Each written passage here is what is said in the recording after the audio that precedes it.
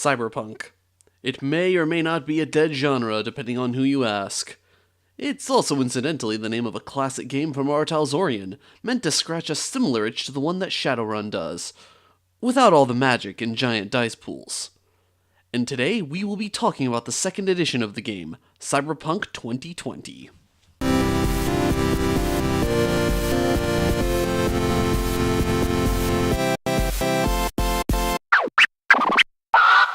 Cyberpunk 2020 is the second edition of Talsorian's Cyberpunk tabletop role-playing game, and is a game set in, you guessed it, a cyberpunk future in the year of 2020, which is about 20 years from now if you subtract our current year by 19.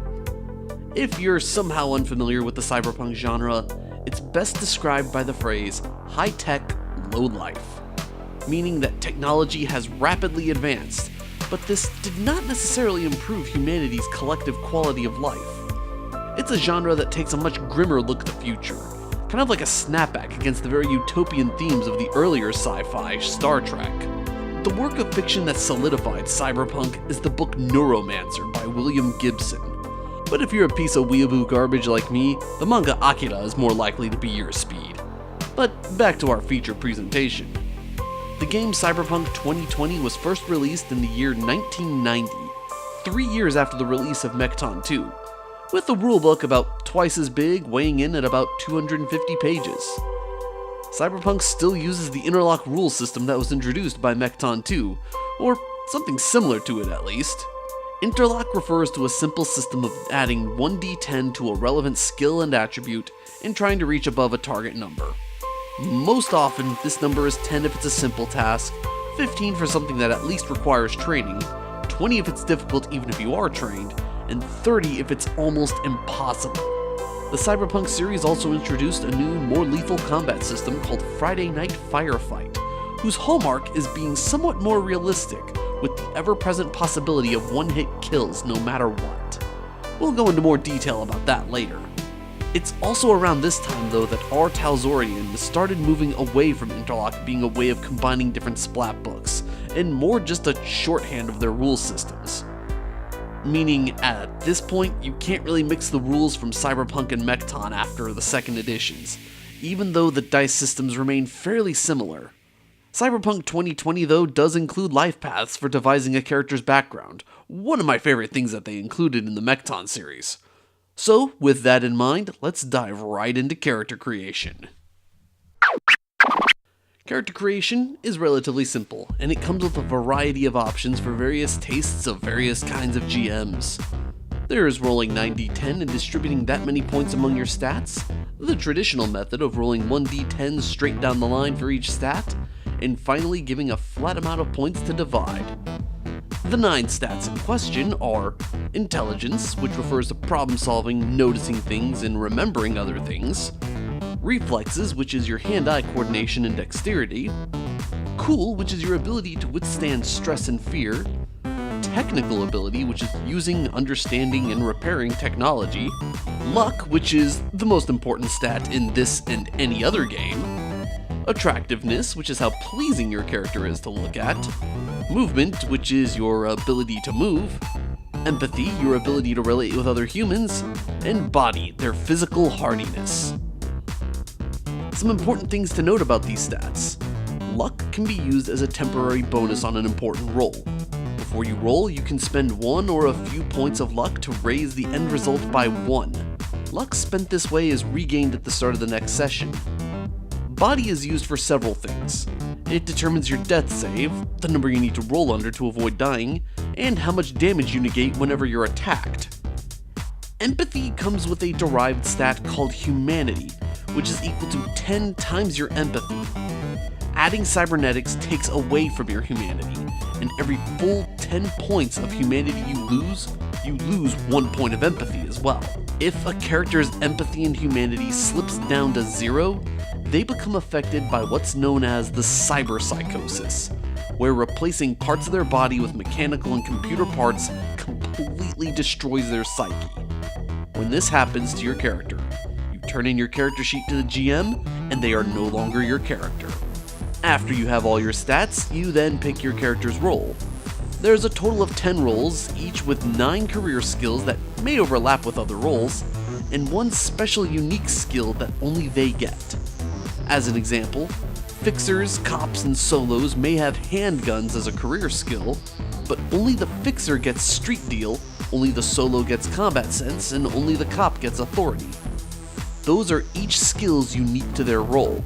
In addition to being unique to your role, your special skill also determines your starting money for equipment. You get 40 points to put into your career skills, none of which can go above 10, but at least 1 point needs to go into your special skill. Otherwise, there isn't any other limits on how you divide your career skill points. After that, you have a few extra points left over for acquiring pickup skills. These can be any other skill that isn't one of the special skills granted by your role.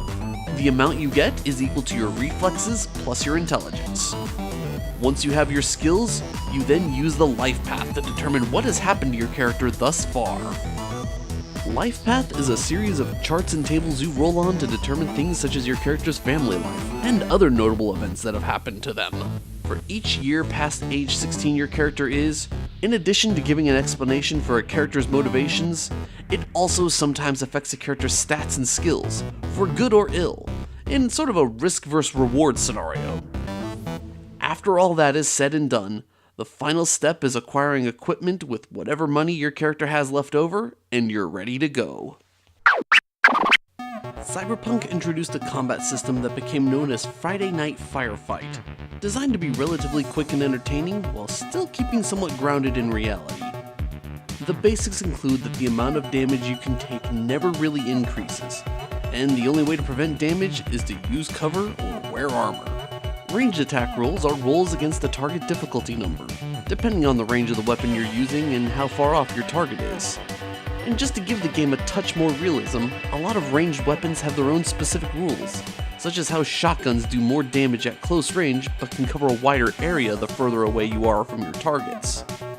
By contrast, melee attacks are a contrast of who's better at either hitting or dodging. In any case, be it shooting, striking, or dodging, the roll remains the same. A stat, your skill, and your D10. If you get hit, you roll a D10 to determine what part of you gets hit, and then your armor rating for that location and body score come into play for reducing damage. Your armor rating reduces the damage taken, with an optional rule stating that if this doesn't reduce the damage to 0, the rating of that armor is reduced by 1. After that, your body rating can reduce this damage even further, though never below 1. Once you determine how much damage you've taken, you check off that many boxes from your wound track. As you might expect, as damage piles on, so do penalties. Serious wounds apply a -2 penalty to reflexes, while critical wounds halve your reflexes, intelligence, and cool. It's kinda hard to think and act clearly when your insides are trying to make themselves outsides. If taking damage wasn't enough though, every time a character is wounded, they must also make a shock save. And this is one of the weird sorts of rolls you can only find in an 80s or 90s RPG. Shock saves you're trying to roll under your character's body rating, with the penalties applied to the body rating, not the dice roll. The spiral goes down even further though. If the damage you take puts you into a mortal wound track, then you have to make a death save. These work much in the same way as a shock save. You roll under your body rating, and your body rating is modified by the level of mortal wound track that you're on. With all that said though, let's put everything together. Cheeseburger Freedom Man is negotiating a deal with Uncle Ned and Jimbo. Talks go south, and Freedom Man decides to give Jimbo a knuckle sandwich, while Jimbo decides to duck for cover. This roll would be Freedom Man's reflex of 3 and brawl of 5 versus Jimbo's reflex of 7 and dodge of 6. Freedom Man rolls a 3 for a total of 11, and Jimbo rolls 7, giving him a 20. Jimbo easily dives out of the way. Uncle Ned, deciding he's not going to take any of Cheeseburger Freedom Man's guff, whips out an assault rifle and fires a 3-round burst into Freedom Man. He'll be rolling a reflex of 4 with rifles of 7 against 14 for being at short range. In addition, 3-round burst gives a +3. He rolls 5, giving him a result of 19, just enough to hit Freedom Man with a hail of lead.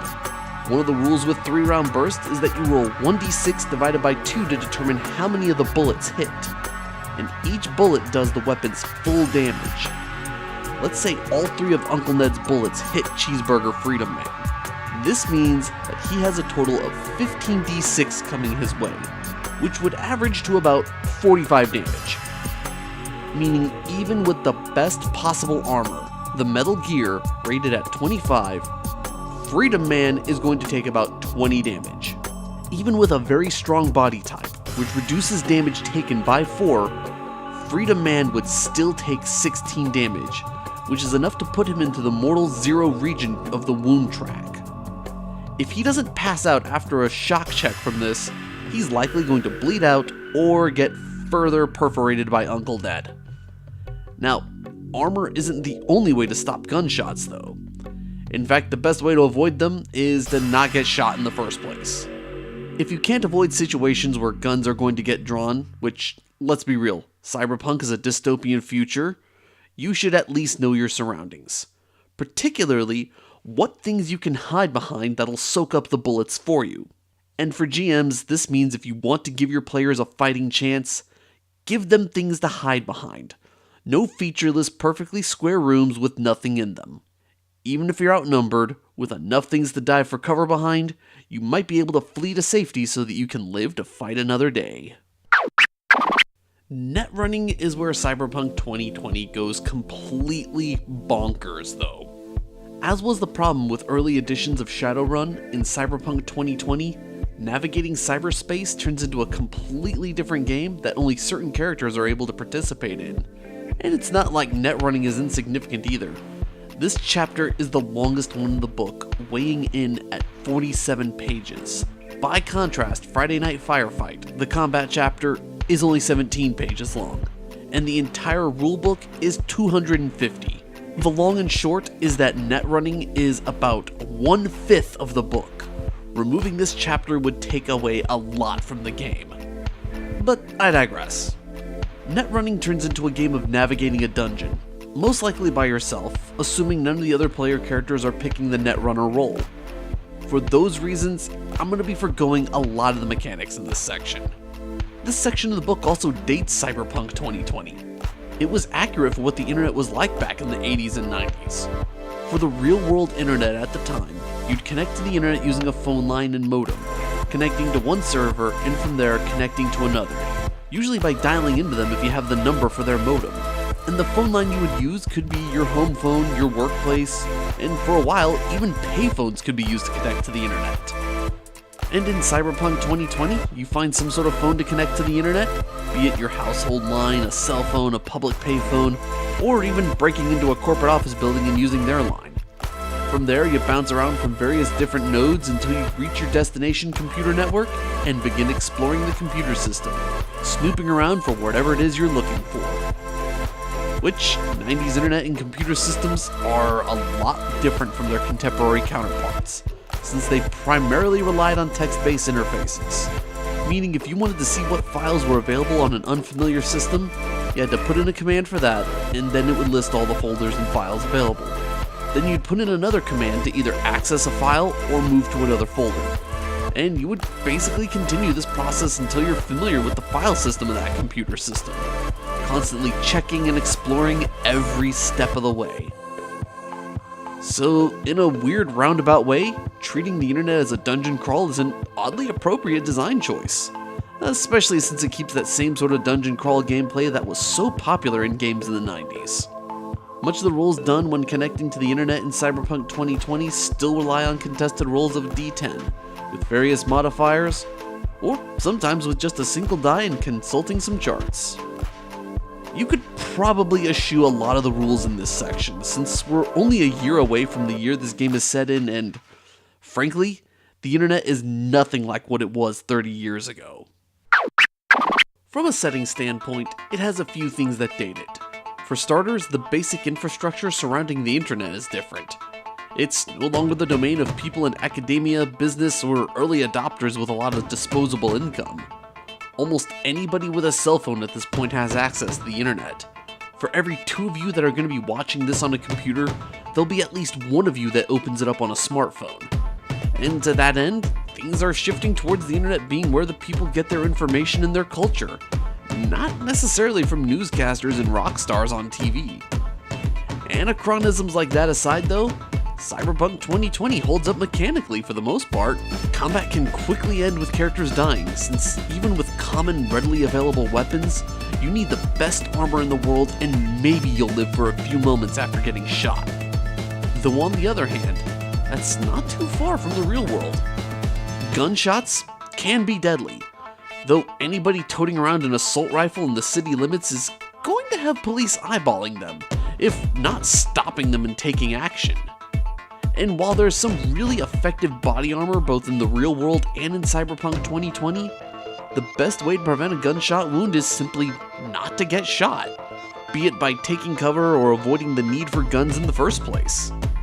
We're a year away from when this game is meant to be set, and while it's arguable about how much of our world is currently cyberpunk, there is one thing that we simply can't deny. Without this game, there would be no Cyberpunk 2077. Thanks for watching. If you found this interesting or helpful, give me a thumbs up like. And if you want to learn about all kinds of other great tabletop games, new and old, feel free to subscribe. With all that said, I am Aron Derashero, and I will see you all next time.